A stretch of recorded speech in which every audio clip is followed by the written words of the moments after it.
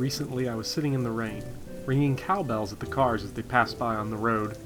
This was a graduation ceremony, and I, a first-year teacher, stood watching in the warm rain as many of my students drove off into the unknown, beautifully illustrated by the carnivorous tree line that the road descended into. We didn't have a typical graduation ceremony because of a raging pandemic, so the last the students saw of their schools were embarrassing but earnest displays made on a shoestring budget and their teachers yelling at them, trying to make the best of a miserable situation. While I was getting dunked on by the weather, I couldn't help but be melancholic. I'm a lame duck who, like many first-year teachers, lost my job from a cavalcade of budget cuts, global depression, and social unrest. I wasn't fired, just non-renewed. That's their polite way of saying you can't pay your bills anymore, but you still have to work. Here I am, drenched in a raging storm, not knowing where I'll be in 3 months, and participating in a failed graduation experiment to usher thousands of 18-year-olds into their own unknowns. My thoughts, appropriately, kept returning to death. As my country, the United States, keeps tumbling further into social uproar, economic collapse, and plague, no one knows what's next, and for many of us, the experience of living has irreversibly changed between March and now. March 13th was the last day of my old life. I died on that day, and now I'm living a new set of experiences. I kept thinking about death in this way, and I wondered what a younger booty bopper and I would talk about. The experience my younger self had of the world was watching SpongeBob, playing Mario Kart 64 for days on end, and being terrified of even the smallest social interaction. That's a simplified view of him, but I'm not that person anymore. We would have some things in common, especially the SpongeBob thing, but my appreciation for the show is entirely for different reasons.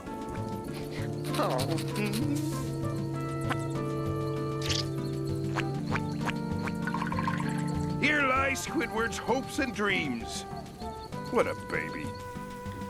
But he would be mystified by my pretentious-ass, boring-ass taste in movies, games that involve numbers, and my love, dare I say lust, for cooties. Nice. That younger self, that younger person, no longer exists. That person is dead. As I mused on this, I also thought about another childhood memory, Earthbound. It was a game that mystified me as a child, made me embrace counterculture surrealism as a teenager, and faded away as an adult. I thought I had outgrown it, but certain memories of the game were bothering me with their sudden power, especially the soundtrack.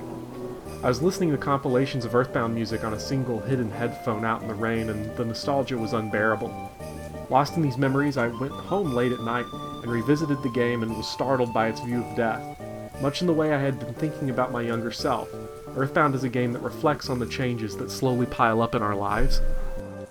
This surprised me because I always thought of Earthbound as the shallowest of the Mother series. I thought of the other two games as edgier and more mature, specifically Mother 3, which begins with your mother dying and ends with the destruction of the material world. Mother 3 is certainly more reflective of the horrific moments in life where everything comes crashing down, yet it is Earthbound that more accurately captures the joy and pain of day-to-day life. The Mother series is one I cared deeply for when I was younger, as I even Let's Played the original Mother way back in 2011, and no, I won't be linking to those videos. So, it's with great nostalgia that I analyze Earthbound, and also a lot of melancholy, as this is a series with a surprising amount to teach us, and with Earthbound specifically, it's an inner journey. The bulk of this essay will be focused on analyzing Earthbound's view of death, and consequently on life. We will focus on three main sequences: the meditation illusion, magic cant, and the final battle.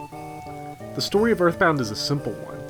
Aliens from the future invade Earth to kill Ness, the only human capable of defeating the aliens' evil leader, Giygas. During Ness's journey, he meets many freaks, geeks, and weirdos, until his journey takes him deep into the womb and he aborts himself. 僕ですか?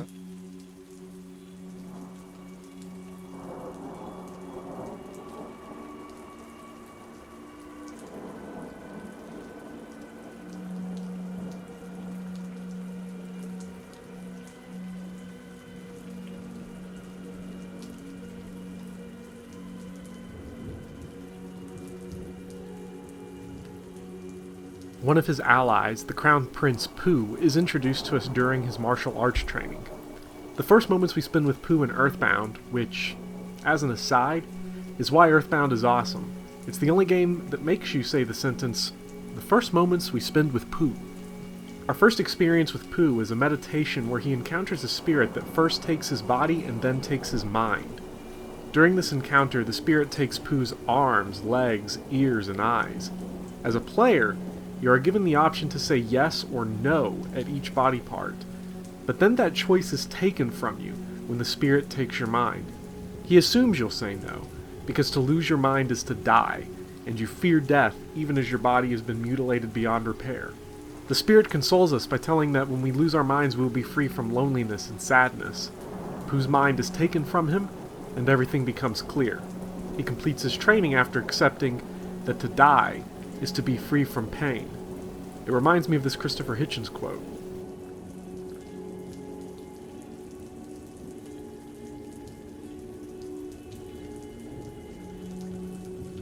This notion of fearing the process of dying, rather than death itself, is the point of Pooh's meditation.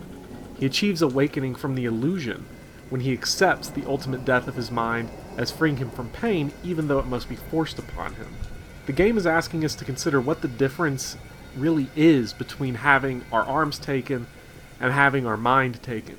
We usually think of death as the end of experience, at least on Earth, but if we instead think about it as a change in experience, as the spirit does with Pooh, then we realize that we've already died many times, and we will die many more times.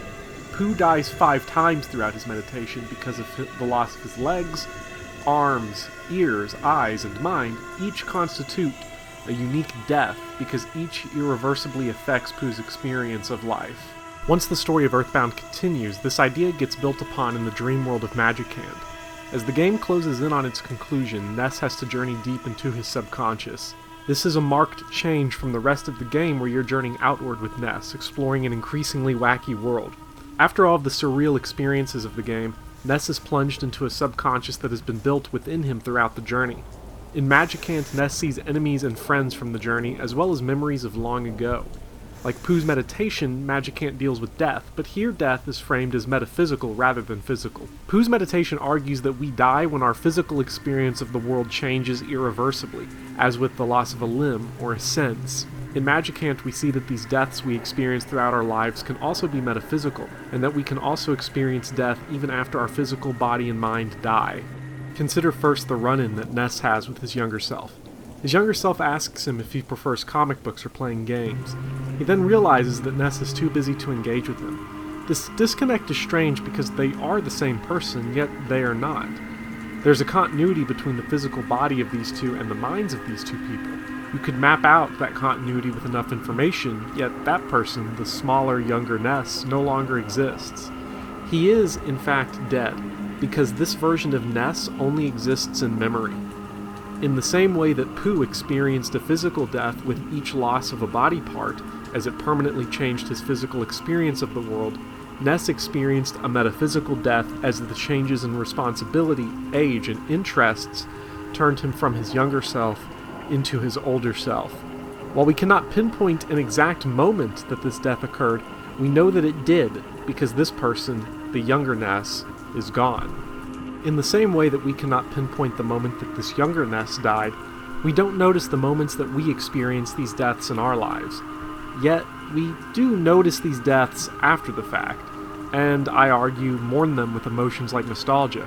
Nostalgia is, at its essence, a mourning for a state of being that no longer exists. Sometimes I'll think back to elementary school or high school and long for those times again, even if those times weren't always easy and even if I was a shithead libertarian. Those are times long gone that will never return, no matter how much we may wish it in the moment of nostalgia. The only difference between the death of lost experience and the final death of our physical bodies is that we remember our lost lives and mourn ourselves, the numerous selves that have died in the course of our lives. Yourself in grade school, middle school, high school, college, early 20s, late 20s, and beyond will one day be distant memories of people you once were, but are no longer. I think upon the stress caused by me losing my job at the same time the world has been lit aflame by plague and anti-authoritarian uprisings. I will one day look with melancholy back on these times because this mix of stress, depression, hope, dreams, and love will cease to define me and my experience. And when that cessation happens, I will be dead, transformed into a new self. This is the core approach to death taken by Earthbound. Death is when experience becomes memory. This idea is also expressed in Earthbound's gameplay, as the game uses homesickness as a status ailment. Like the nostalgia point we addressed earlier, homesickness is an emotion of mourning. While the home you long for may still exist, Ness's home certainly still does exist. The effect of going back home relieves the pain, rather than recapture the lost time. When we are homesick, it's not just for a physical space, but a place and time that has faded away. If moving away from your childhood home is a death we experience, then Ness follows this death with a condensed period of grieving. Ness can only suffer from homesickness starting from level 16 when he's been away from home long enough to understand that his life experience is irrevocably changed. Before that, he has not realized that his life has changed, but once enough time passes for him to realize his life has permanently changed, he can begin suffering from homesickness. While he can call home or visit home to treat his homesickness, it will keep popping up throughout the game every once in a while, as Ness dreams of the life he once experienced.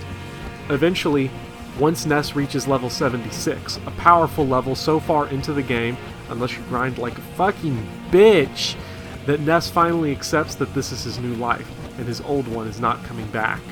This miniature metaphor for grieving, Ness going from denial to depression and then to acceptance, reinforces the game's notion that death is experience becoming memory, and that we use emotions like nostalgia and homesickness to mourn these deaths. Death during life as framed by Earthbound occurs constantly both physically and metaphysically, but by decoupling death from its conventional definition as the end of physical life, death can also occur after our bodies have died. While in Magicant, Ness has an encounter that recalls the famous quote by psychiatrist Irvin Yalom, "Someday soon, perhaps in 40 years, there will be no one alive who has ever known me.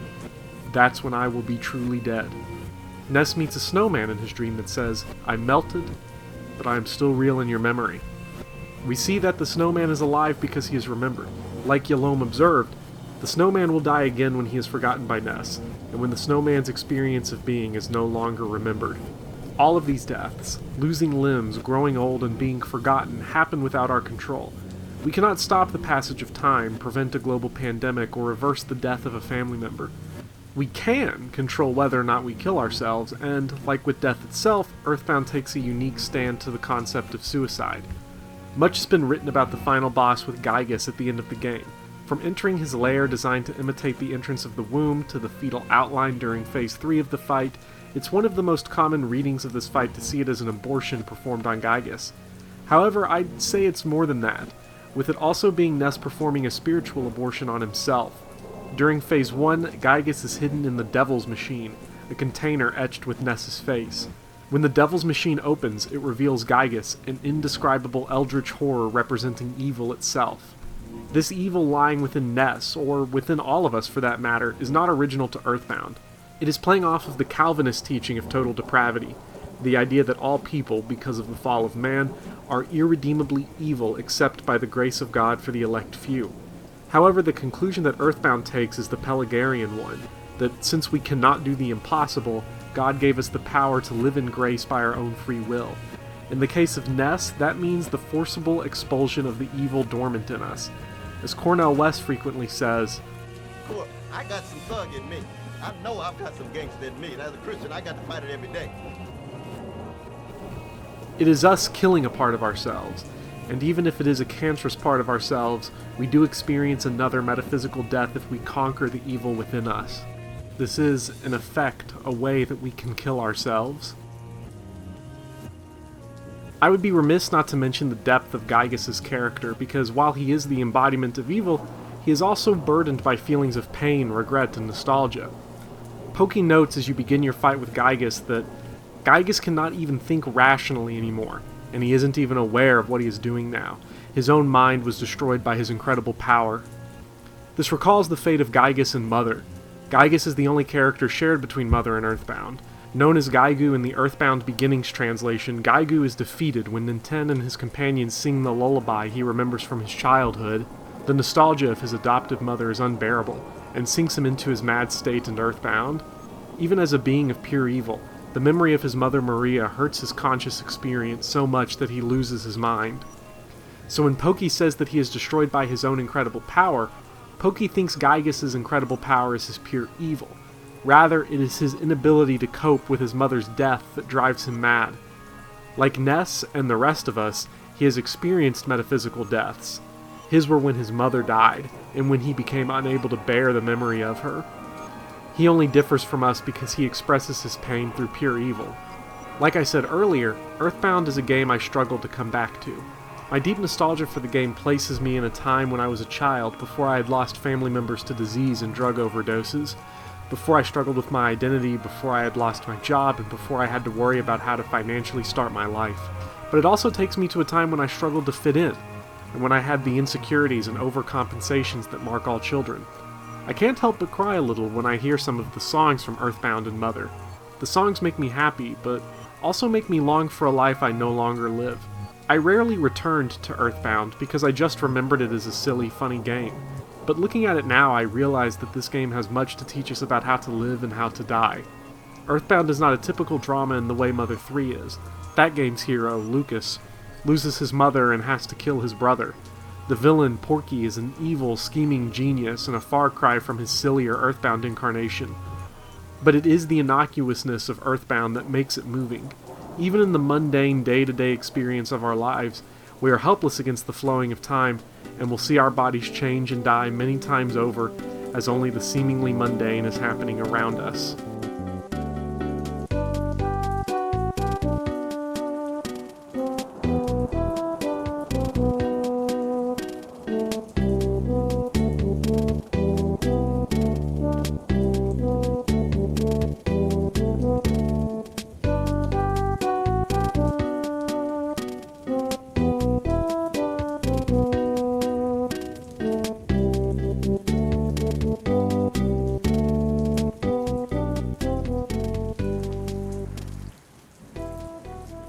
I hope you enjoyed this video essay. The experience of writing it was oddly personal. Originally this video was going to include a lengthy breakdown of death in Silent Hill 2, which is the most fatalistic game experience I've ever had. Maybe I'll turn that into a video at some point, but what I'm definitely going to be doing is an essay on how the villain of Mother 3 is capitalism and how it kills everything. So, stay tuned for that. Stay tuned for other video essays that will hopefully be made in the near future.